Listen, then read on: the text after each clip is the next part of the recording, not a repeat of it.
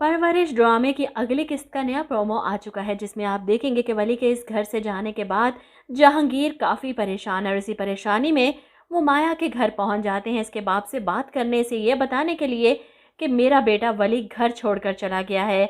मैंने ये सोचा ये खबर खुद आपको आकर सुना दूं ताकि आपके दिल को ठंडक पहुंच जाए। माशाल्लाह आपकी बातों का ऐसा असर हुआ इस पर कि वो घर छोड़कर चला गया। ये खबर सुनने के बाद तो शहीर साहब की सारी उम्मीदों पर पानी फिर जाता है।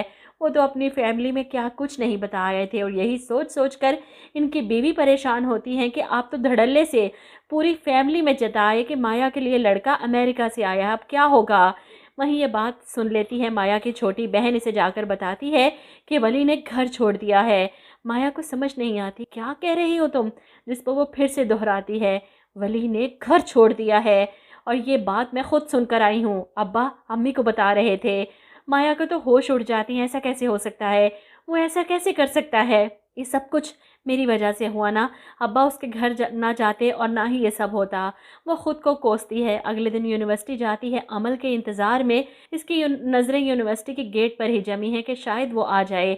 वो अमल से वजह पूछना चाहती है, वो इसका फ़ोन नहीं उठा रही और आज यूनिवर्सिटी भी नहीं आई। वहीं दूसरी तरफ वली के पीछे जो शख्स लगा है, मुझे तो लगता है इसके बाप ने ही भेजा है ताकि वली पर नज़र रख सके। इसे अपनी बातों में उलझा कर अपने साथ अपने घर तो ले आया और वली को लगता है कि शायद ये इसकी मदद कर रहा है। इसके घर में रहते हुए वली अपने मुस्तकबिल के बारे में सोच रहा है कि वो आगे क्या करेगा। ऐसे में समीर से अपना गिटार भी मंगवा लेता है ताकि अपना काम तो शुरू करे। इस आदमी के एक कमरे के घर में एक सादे से पंखे के नीचे सोते हुए इसे ना तो नींद आ रही है और ना ही समझ आ रही है कि वो कैसे प्रूव करेगा सबको कि वो कुछ बन सकता है अपने बाप के नाम के बगैर भी। माया क्या सोचती होगी मेरे बारे में। वहीं वली की माँ परेशान अपने बेटे की ज़िद के आगे मजबूर है और जहांगीर साहब को कसूरवार समझ रही हैं, बात नहीं कर रही इनसे। घर का माहौल ख़राब हो चुका है। समीर के माँ बाप भी इसी वजह से आपस में झगड़ रहे हैं। ऐसे में आप देखेंगे कि ये शख्स अपना असल रंग दिखाना शुरू करता है वली को और इससे कहता है तुम्हारा बाप तो बहुत अच्छा इंसान है, जानता हूँ मैं उसे, तुम उससे माफ़ी मांगोगे ना तुम्हें बहुत खुले दिल से माफ़ कर देगा।